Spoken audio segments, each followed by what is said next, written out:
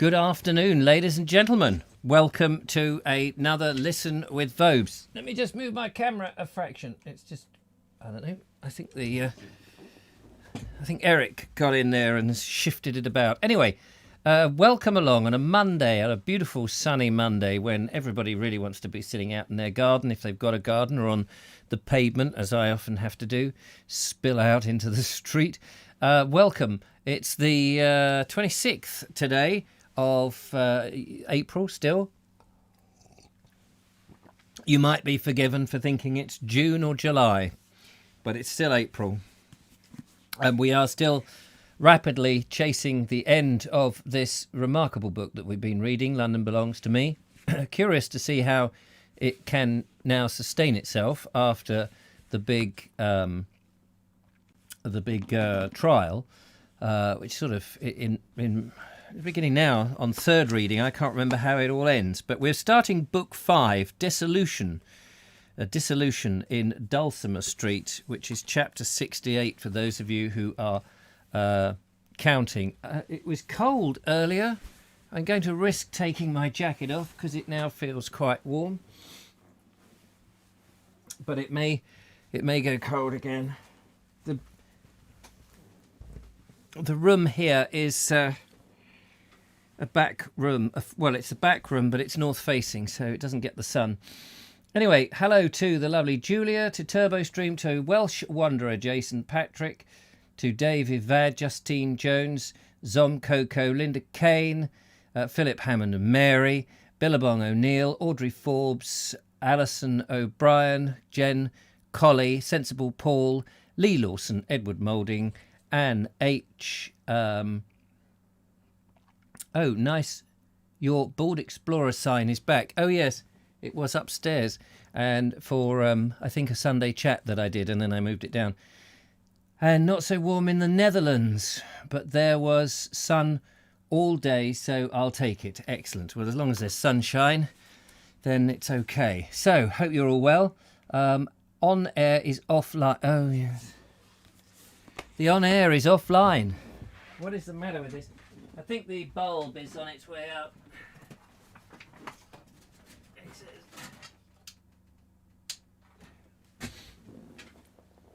How about now? Thank you, Julia. Some of them just need an extra little pump start. It is a bit odd. Anyway, here we go. Chris Bean loves to dance. Hello to you. Dudley Sawyer. Hello to you. Blue sky and sun on the south coast. You're not wrong. You are not wrong. The episode of Uncle Henry was over.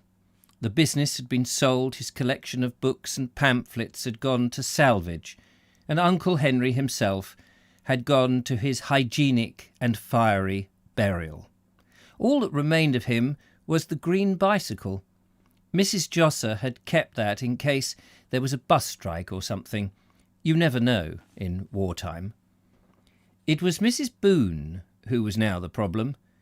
There she was, shut away in her room, and nobody knew what to do about her. She hadn't any friends, she hadn't any occupation, and once the rent had been paid, she hadn't any money. She simply sat there, thinking about Percy.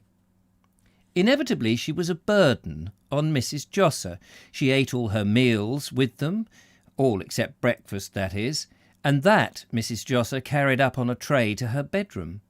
It was nearly 6 weeks since the reprieve, and from the way Mrs. Boone was behaving, it might have been only yesterday. She had no plans, no proposals, not even any apologies. In the result, she drove Mrs. Vizard nearly demented with anxiety. All during the trial and during that awful period afterwards, Mrs. Vizard had tried to close her eyes to her. She sought to forget that Mrs. Boone existed. It was merely a matter of waiting, she told herself, until everything was over. But she was not now so sure.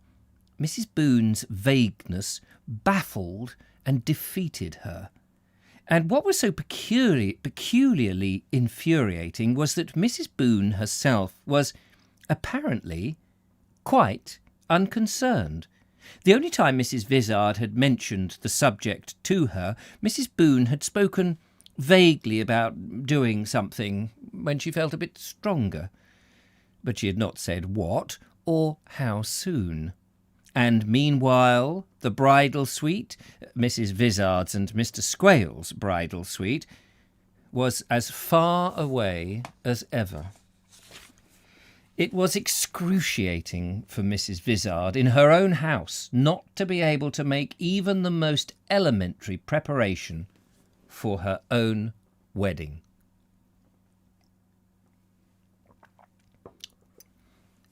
She had her own private reasons for urgency, reasons that she could confess to no one, least of all Mr. Squales. But they were there, goading and terrifying her. The simple fact was that she was jealous. In those professional visits to Chiddingly, visits which she herself had fancied for him, she smelt something sinister. His behaviour alternately saddened and angered her. Today, in particular, with Mr. Squales out at the public library looking up something about the habits of Incas, she was in despair. "I don't trust him," she admitted. "That's the point. I love him, but deep down something tells me not to trust him. It's only when I've got my eyes on him that I know what he's doing. When he's out of my sight, he... She could not complete the sentence because she didn't know what it was that she feared when he was away from her. It was merely a vague, all-embracing dubiety that surrounded her. "It may be simply my money he's after, the wretch," she said fiercely, "and he's already had a lot of it. I don't trust him. I never see any of it back. He just goes away and leaves me when he's bled me dry. That's what he'll do. He'll go out of this house one day and never come back." Then the mood passed, and she was back to her earlier one, the mood of prostrate helplessness. "Oh, but I do love him so, I do. I want to take care of him always. I want to save him from himself. I want those 2 rooms upstairs so that we can get married." She had shifted the chair in which she was sitting so as to bring it closer to the fire, and with the warmth of the blaze playing upon her legs in their neat lisle stockings, she sat gazing emptily into space. Gradually the space resolved into a wall, and then the wall gradually became a picture frame and a picture. Scarcely aware of how the change had come about, she found that it was a portrait of the late Mr. Vizard that she was staring. He was gazing down at her with a peculiar fixity that was due in part to the conventions of cabinet photography and in part the expression that had been natural to him. As in life, he seemed perplexed, anxious, and gloomily conscious of his own frustration. The only difference was that there was a frown there, one that she had never seen before. And then something happened that, at least as far as Mrs. Josser was concerned, took her mind off Mrs. Boone completely. It was Ted who was responsible. Quiet, steady, reliable Ted, who had never given a minute's trouble to anyone. He received his calling-up papers. There was nothing extraordinary in that. Everyone was getting them. It was just the way he was behaving that was quite inexplicable. He just accepted it. With the co-op ready to do everything in its power to apply for his reserve, and conscientious young men like Ted were the very backbone of the business, he expressed the view that if everyone got himself reserved, we would lose the war anyway. There was nothing heroic or vainglorious in the attitude. It was simply blunt common sense. Having assured himself that the co-op would make up the difference in his income, he was unbudgeable. Even Cynthia's tears couldn't dissuade him. He muttered something about it being his duty and left it at that. And by then, of course, It was too late to do anything. The Ministry of Labour had got his papers and were working on them. What was more, judging by the speed with which the papers came through, they must have been working on them overtime. It was settled already, in fact. What a month ago had been no more than a vague threat was now right on top of him. He had to go tomorrow. In consequence, there was a lowering of spirits all round, and the weather seemed just right for it. There was fog. Scarcely much more than shadowy drifting skeins of it so far, merely skeins that hung at the end of streets and gardens like gauze transformations. But it promised to be thick, really thick, later. By 6 o'clock, London would be lost somewhere in the gloom at the bottom of a pit, blacker than its own blackout. Not that the blackout needed any blackening. It was black enough in all conscience, and gloomy enough. Night in England wasn't ordinarily night any longer. It was the original Egyptian plague, temporarily redescended. It had a sinister, almost solid quality of its own, this blackout, so that you felt you had to carve your way through it, scraping and scooping out a passage as you went along.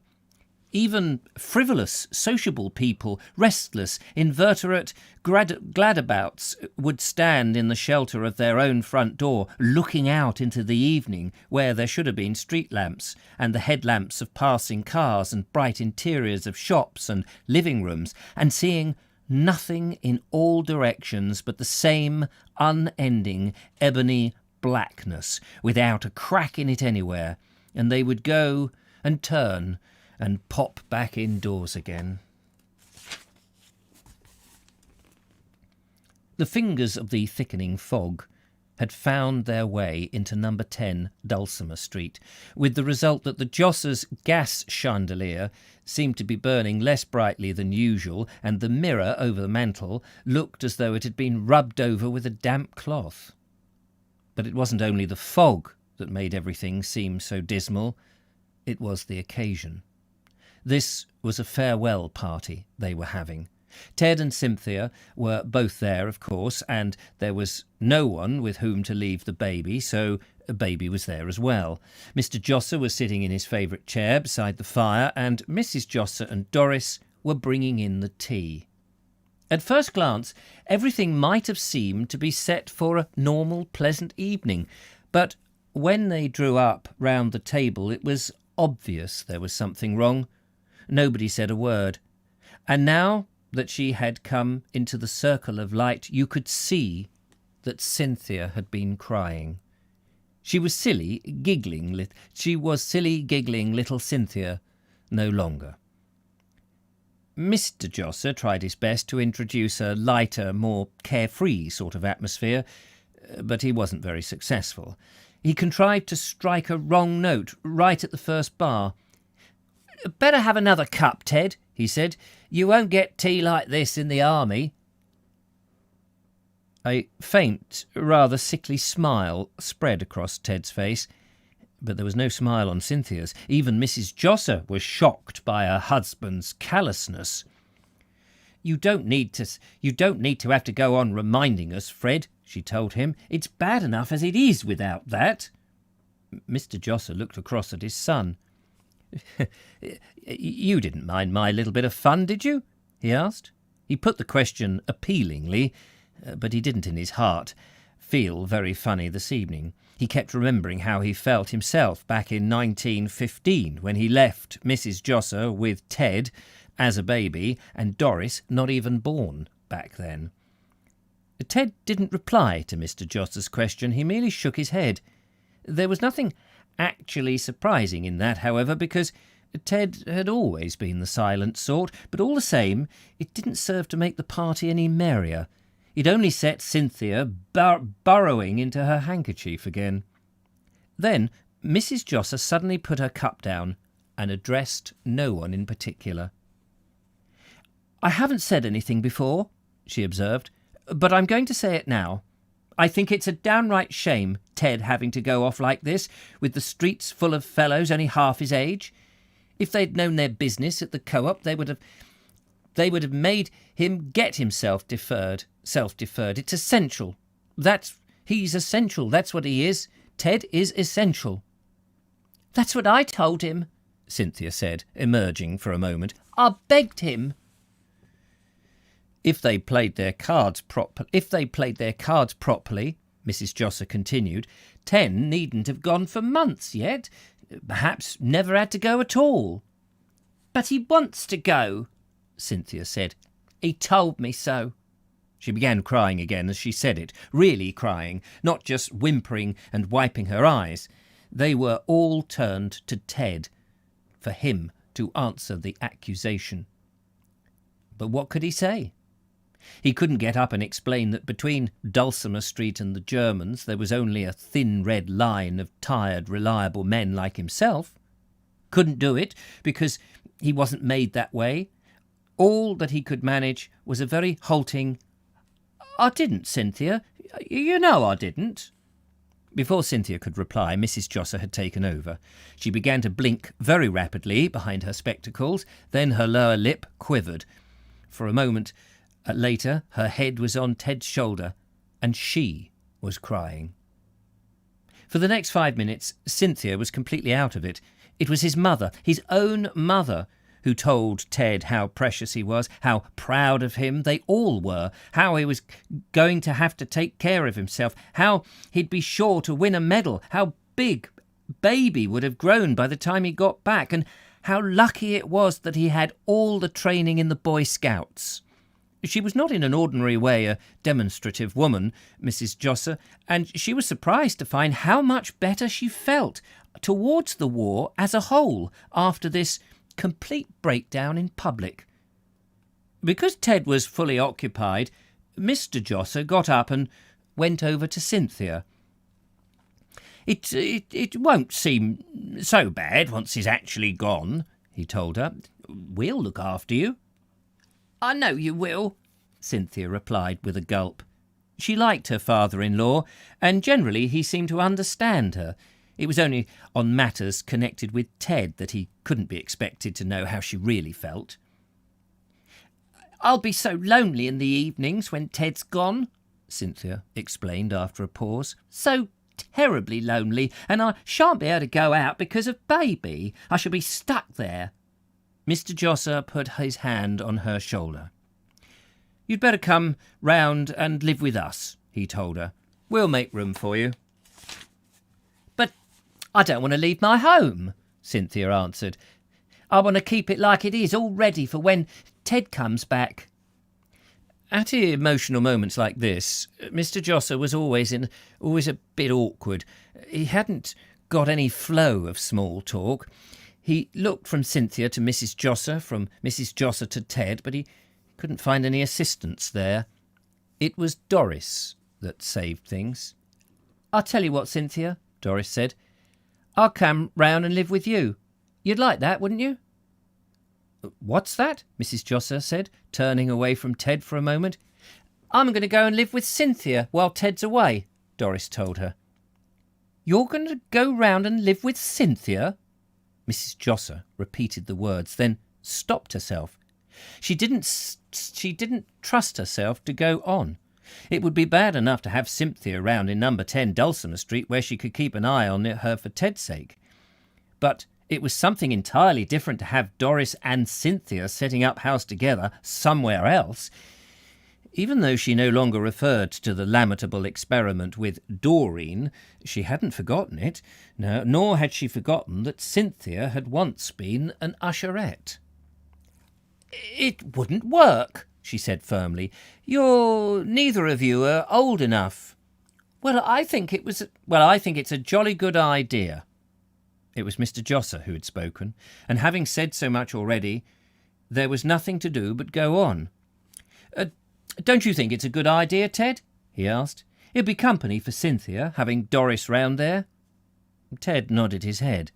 There was a pause while he seemed to be thinking. Fine, he said. I couldn't ask for anything better. And that, coming from Ted, was a lot. It settled things, in fact. Ted and Cynthia and Baby were back home again. Back home for the last time. Baby was asleep already, but Ted and Cynthia weren't asleep. They were just lying there in the big double bed together. Her head was on his shoulder, and there was a damp patch, warm at first but now chilly, on the arm of his pyjama where she had been crying. "Don't take on so, Cynthia," Ted said in a whisper. He had to speak in a whisper because of Baby. "I didn't mean it that way." "But I promised," Cynthia told him in a small, choking voice. "I won't look at another man when you're gone." "If I found you going about with another man, I'd kill him," Ted told her. A shiver ran through Cynthia at the words. They were adorable. This was the way she liked Ted best. "You're spoiling everything going on like this," she said. "You're frightening me." Ted didn't answer. Instead, he drew his arm tighter round her. Cynthia snuggled against him. "Oh, Ted," she said, "you're silly not trusting me." It was heavenly lying there with what felt... It was heavenly lying there, like that, with him, jealous, for her sake, of all the other men in London. "Kiss me, Cynthia," he told her. They kissed. But Cynthia stopped him. "You mustn't, Ted," she told him. "Think of Baby. She'll hear." They lay back after that, without speaking, simply holding each other in an embrace that left Cynthia breathless. When Ted's arm loosened, she whispered something. "I think about you all the time," she told him. "Every hour and every minute, and at nights I just sit looking out of the window at the moon, thinking it's shining down on you somehow." It was, for a moment, the usherette rather than the wife who was speaking, but the two of them were so mingled that even Cynthia didn't know where one left off. "Every night," she went on, "I'll look up at the moon and dream about you." But outside the fog had thickened. There wasn't any moon.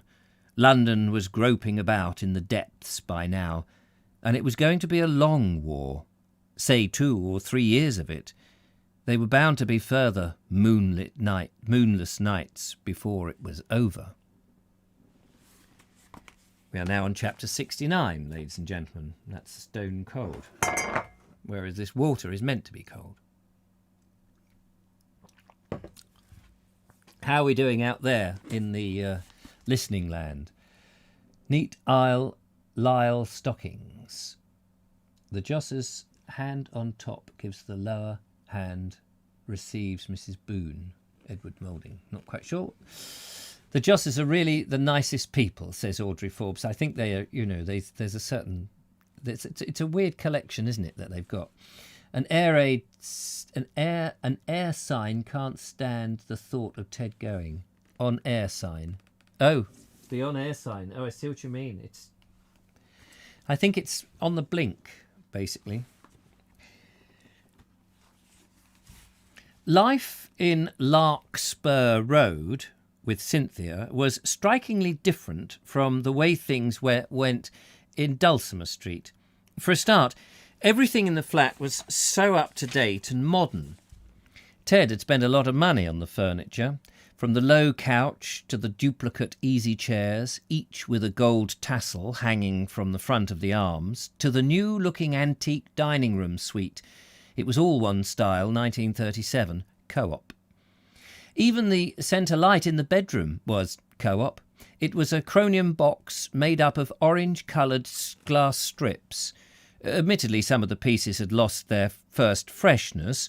1 or 2 of the tassels, they were tassels everywhere in that drawing room, on the corners of the cushions, on the edge of the standard lamp and on the curtain sash, had been pulled off by Baby, and Cynthia had been too busy to sew them on again.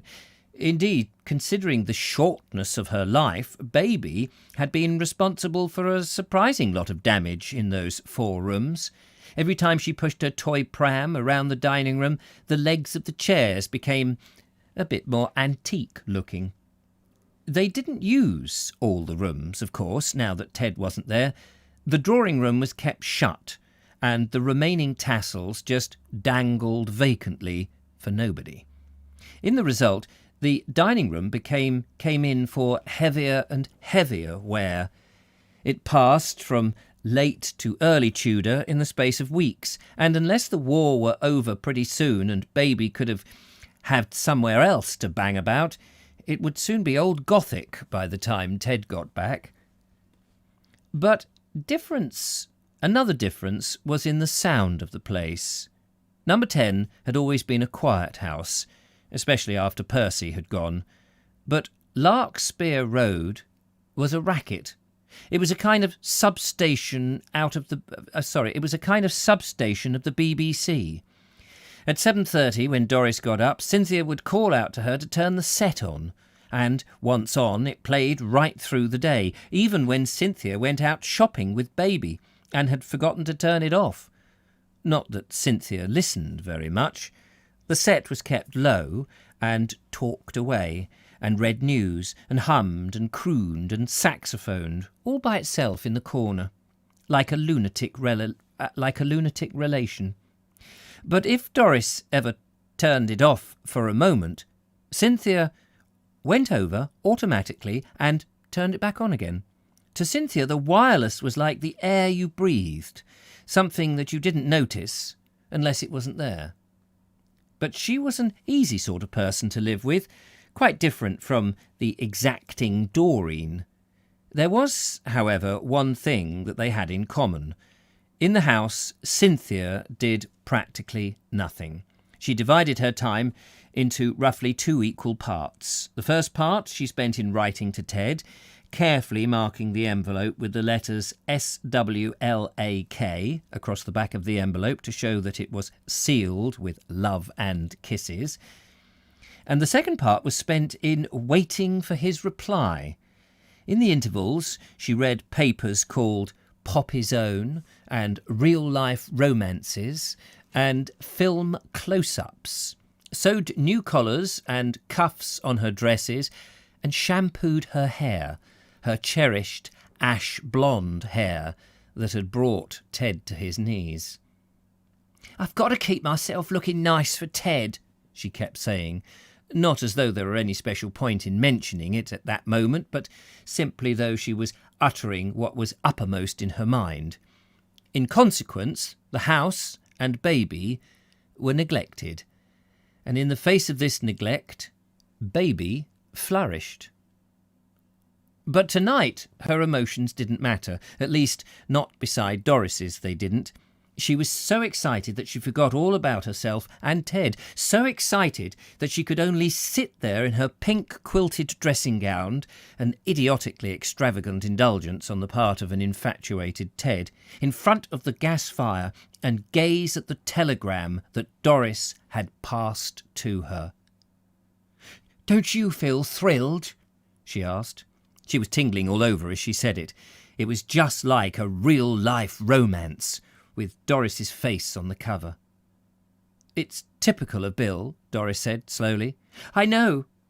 Doris closed her eyes for a moment and leant back. Invisible organs were playing to her, the kind of music that's heard in the cinemas. "It's all ever so romantic," she added, and bit her lip to show that she meant it. "He doesn't give me long, does he?" Doris said musingly. "And you've got to write it to him. He says so," Cynthia answered. "Will your ears be red when you go into the post office?" She was reliving, as she said it, the ecstasy of her own courting. Those last few months before marriage had been charged with everything in... Those last few months before marriage had been charged with everything in sex that is sublime. The flat had just been furnished and the tassels hadn't yet come off. "It's bound to upset Mother," Doris broke in on her. "Dad won't mind, but Mother'll be awful." "No, she won't be," Cynthia told her. "Not with the war on, not that it makes any difference. She'll understand. And just think how you'll feel if he went out there and anything happened to him. Suppose he was... She stopped herself abruptly. Killed was a word that she could not use until Ted was safely back in her arms again. Wounded, she added, as soon as she'd recovered from her own little private anxiety. I know, said Doris. I've thought about it. Cynthia took a sideways look as she spoke. She had never really understood her sister-in-law, not deep down, that is. She seemed so cold and unfeeling, somehow, not a bit like Ted. Admittedly, she shared the telegram, and that was something, but she had cried, but she hadn't cried, or lain down, or anything like that. It might have just been an ordinary invitation from the way she was taking it. Then a sudden doubt took possession of her. You are going to, aren't you? She asked, anxiously. Yes, Doris said. I think I am. As she spoke, she picked up the telegram and reread it. Going overseas, it said. What about getting married at once, special licence if necessary, wire answer, Oceans of Love, Bill. Cynthia was staring hard at her. She was shocked. I think I am, she repeated Doris's last word. That was no way to talk about love. Then she noticed that Doris was crying. Not much, but just enough to make everything all right. She realised that she had misjudged her. All the same, it seemed funny, the idea of anyone getting excited over Bill. He just wasn't that sort. Not like her own compact and shining Ted, for instance. I was a bit confused in that. I was trying to work out what was going on in that little sequence. I hope everybody else was enjoying it. No, the on-air is back on. How extraordinary. You'll have to keep an eye on that for me. Now that Doris had told Mrs. Josser it wasn't Doris's wedding any longer. It was Mrs. Joss's. And Mrs. Josser didn't believe in hole and corner affairs. She wanted something in white satin and a veil and bridesmaids and a 3-tiered cake. Apparently, ever since Doris had been a little girl, Mrs. Josser had been looking forward to a church, almost a cathedral, wedding for her daughter. Marriage without Mendelssohn seemed to Mrs. Josser scarcely to be marriage at all. And what made it all more difficult was that Bill and Doris had decided on a registry office.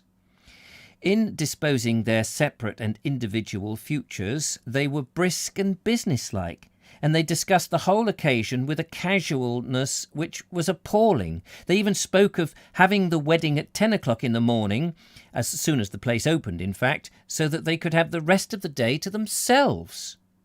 Having been defeated in the matter of a church, and only she, Mrs. Josser persisted, knew what the loss meant to her, she was adamant in insisting that Doris should be married from Dulcimer Street.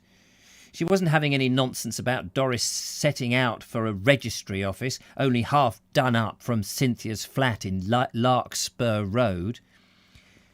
But on the whole, Mrs. Josser raised few objections.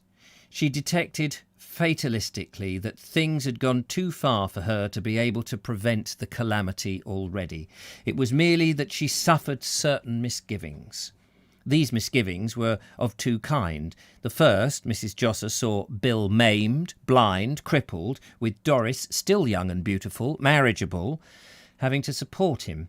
And in the other, she saw him as dead, with Doris as young and beautiful, but less marriageable, having to support his children. Either way, it didn't seem fair on Doris. And what's he offering her? Mrs. Josser demanded. Just a change of name, that's all. She's got to go on with her job, hasn't she? It isn't Bill's fault there's a war on, Mr. Josser said soothingly. It's just the way things are. Ted provided a home for Cynthia, didn't he? Mrs. Josser went on. He did the proper thing. But the war hadn't begun then, Mr. Josser replied. Mrs. Josser drew in her lips sharply. He'd have done it, war or no war, she answered. He's like that, our Ted. Well, Bill isn't Ted, Mrs. Josser was becoming exasperated by now. "And Cynthia isn't Doris, let me tell you that," Mrs. Josser responded hotly. "Why should she have a flat on her own with furniture when Doris—" But the logic of the argument had thinned and evaporated. Only the argument itself remained. And it had been like that ever since Doris had first broken the news. Mrs. Josser was heroically fighting a rearguard action in retreat. Chapter 70. As it turned out, it was Connie who was the sensation of the wedding, or at least one of them. Uninvited, unannounced, undesired, and unexpected, she turned up at the Kennington Town Hall just as the sacred moment, if there is a sacred moment at such ceremonies, was approaching. And simply by being there, she helped to banish that note of civil service greyness that somehow hangs over all state marriages. It was her clothes that did it. Romantically conceived, they clashed violently with the buff distemper of the walls. But clothes like that would have clashed with anything, even with themselves. The magenta blouse and hat, the bunch of yellow artificial flowers, the brown handbag, the red shaggy fur of the coat, they seethed in disharmony that was all of their own. It may, of course, have been simply that the various bits and pieces hadn't yet had time to settle down together, for they were all new for the wedding, in fact. On Doris's account, Connie had been making some pretty serious inroads into what was left of that cheque for damages. She was easily the most elaborately dressed person present. The respective mothers had turned up in severe matter-of-fact, tailor-made... the respective mothers had turned up in severe matter-of-fact tailor-mades like schoolmistresses off duty. And Doris herself was in a plain blue dress that a nursemaid might have worn. No pleats, no empire sleeves, no chic, nothing. Connie was disappointed. Connie had managed to give the company a quick all-over as she sidled in, but it was only now, when she had taken up her position in the happy group, that she really was able to study them in detail, and they were a shoddy-looking lot, she decided. No concealing the fact. The puffy little man with the dark suit with his tie riding up over his wide-awake collar was evidently Bill's father, and no beauty either. 5'7" and moulting, Connie said to herself, and passing on. Not that Mr. Josser was any better, but she liked him and wasn't going to make jokes about his appearance, even to herself. It wasn't his fault if his clothes just hung on him. It was simply because he'd lost weight over that last illness and hadn't put it back on again. With Bill, it was different. She kept herself shifting backwards and forwards so that she could get a better look at him. And was she surprised? It was wonderful, downright wonderful, what an improvement uniform had made of him. If he'd grown a moustache, she wouldn't have known him from a soldier. But it was the best man, the brother officer, who really took her fancy. He was a proper little beauty, a bit on the short side. He had a cockney air about him that appealed to her at once, and close, crinkly black hair. Now, if Doris had gone after him, Connie could really have understood it. She stood back modestly while they were all signing the register with the register's own fountain pen, and by doing so, she saw the whole proceeding in perspective. It was just as though they'd been grouped there on a stage. Connie, the thespian, took over from Connie the lodger and saw it in terms of tragedy. The window sandbagged outside because of the air raids, the notice about what to do in case of gas, the two young men in uniform. It was heartbreaking, downright heartbreaking. Toppers, silk stops, photographers, floppy hats, bunches of flowers, everything, in fact, that goes in to make up the spiritual side of a marriage was missing. And it was only Connie, apparently, who could see how much was wrong. My God, she thought, the offers I've had, the chances I've turned down, including one Frenchman. If only I'd wanted to. If only I had. Queen bees weren't in it with me. The register had got his fountain pen back by now, and the kissing had started. Mr. Davenport was kissing Doris, Bill was kissing Mr. Josser, and Mrs. Davenport and Mr. Josser, brought suddenly face to face, wore the embarrassed expression of two people conspicuously placed whom wondered if something were expected of them too. It was Connie who saved the situation. As soon as Doris was free, she sank her feelings, pushed her way in front, and kissed her too, and then Bill, and then to liven up things she kissed the best man as well. And so far as she was concerned was where the things ended for the moment. She wasn't, even for old friendship, going to make a martyr of herself and kiss Mr. Davenport, or Mr. Josser for that matter. Mr. Josser, indeed, seemed surprised to see her there. Surprised, but friendly. "Hello, Connie," he said. "I didn't know you were coming along." "Nor did I," added Mrs. Josser. But there was no time for any unpleasantness, because at that moment the second sensation of the day occurred. The door opened, and a rather timid little man in a black coat and striped trousers peeped round the corner. He hadn't finished peeping when a large fur coat appeared behind him, and he was given a push from behind. "Do get on, Monty," a voice said. "I know we're hideously late. I can feel it." Then the little man was thrust to one side, and Doreen pushed her way up to Doris. "My pet," she said, "I only heard yesterday. I felt I had to be. I simply had to. I couldn't have endured it if I hadn't been here." Then she turned to Bill. "Bill, darling, you look marvellous. I've quite forgiven you. You two are simply made for each other. Really, you are." Connie recognised Doreen and was glad to see her. She and the little man in the striped trousers, her father possibly, added something to that what had now been missing. They introduced just the right note of St. George's, Hanover Square, or St. Margaret's. But she gave up thinking about them because she was too much concerned with her own little surprise. She'd planned something and wanted to make sure that it would go off just right. She had a little hunch, an old stage instinct, that she needed to do her little bit, and all that she was waiting was for her cue. And the cue came when Bill and Doris were getting into the taxi. The door was wide open when Connie whipped out the first of the little parcels she'd been carrying in the bosom of her coat. It was rice, and with a happy shriek she scattered it over them. But it was only the beginning. She'd got 2 other packets as well. The second contained confetti, and she managed to make it go all round, even though it was only a small size. Everyone, even Doreen and the little man in striped trousers, got some. And finally, to cap everything, she scattered the contents of the last lot, small silver bells and horseshoes, on top of the load that she'd already distributed. It was a proper festive mess by the time she'd finished.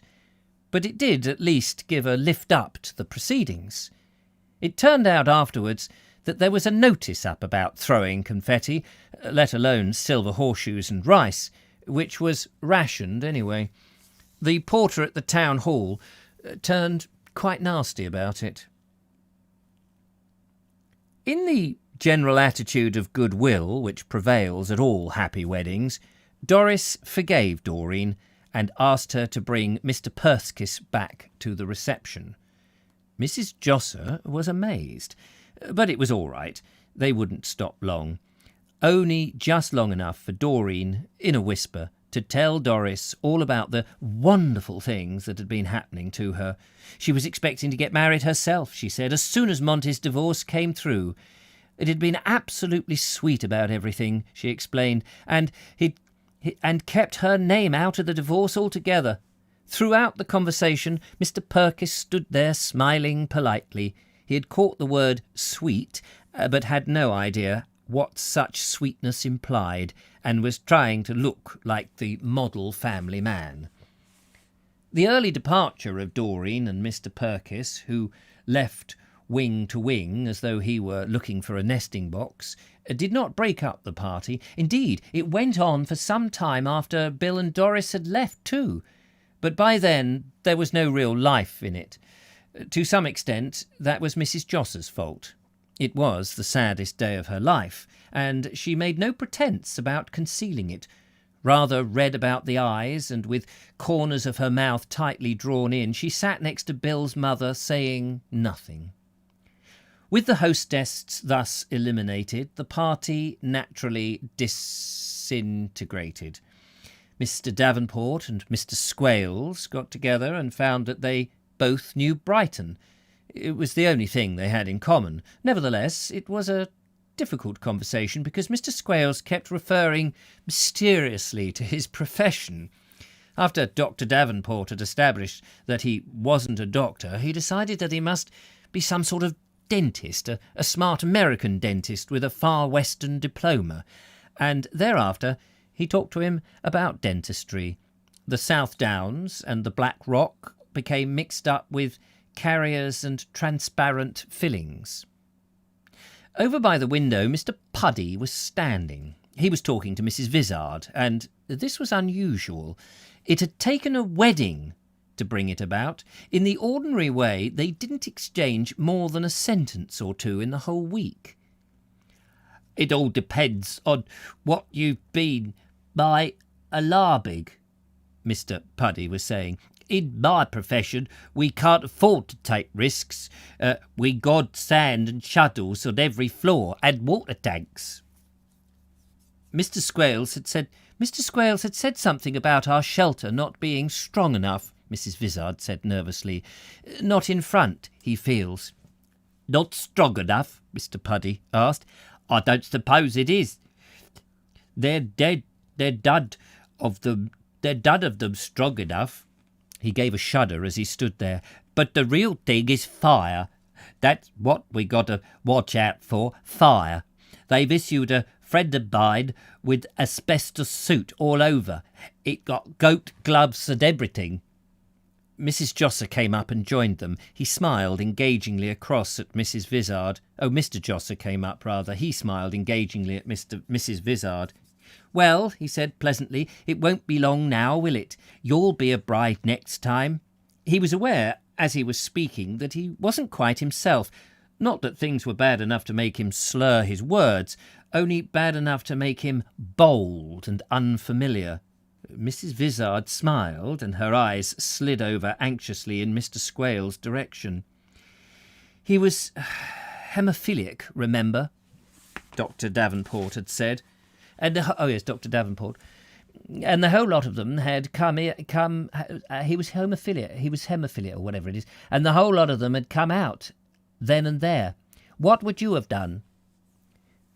"But really, my dear sir, you mistake me," Mr. Squales began. Then he caught Mrs. Vizard's eye. Forgive me," he said hurriedly. "I'm wanted. I'm called away." His mind was reeling with abscesses and laughing gas and wholesale extractions, and he came gratefully, obediently. He was smiling as he approached them. "My honey needed me," he said. Mrs. Vizard smiled back at him. "Mr. Josser was just saying that it won't be long now. Doris isn't the only person in Dulcimer Street who will be getting married, is she?" The smile on Mr. Squales' face died away and was replaced by something tenser and more drawn. "No," he said slowly, "not the only one, by all means." And the smile, to Mrs. Vizard's great relief, returned. It was richer, blander even, than ever. They had all gone now.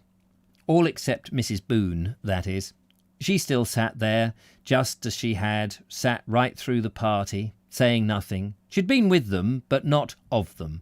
And in an odd way, her presence was disturbing.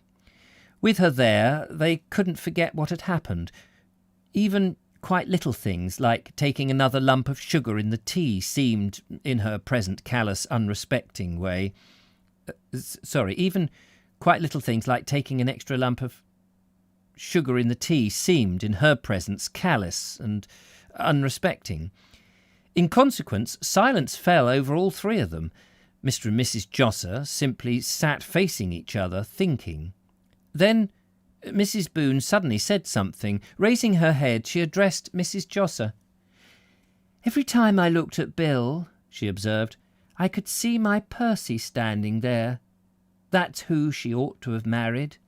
Percy." What's happened to Percy? I don't understand. I thought it was reprieved. Hasn't he come home? Is he not back yet? What's happened to him? We're on chapter 71 now, and it's 10:2, so I think we'll have to leave it there. We have 19 chapters to go, I believe, or just under. Is it 98 or 99 chapters? So maybe a little, and the postscript, of course. Anyway, we will leave it there. So I don't really know what's happened to Percy. I can't remember now, and I would have thought that in a reprieve, if it's been reprieved, he's not going to be hung. But he's still in prison, isn't he? I guess he's not going to be hanged. He's been found guilty, hasn't been let off. So he's in prison. Oh, yes, that's right. Silly me. I don't know why I thought that. I guess it was the reprieve. So he's in prison for life and not being hanged. That's right. Dear, oh dear, oh dear. Anyway, there we go. Thank you very much. Lovely to see you all. I must go and light the Essie.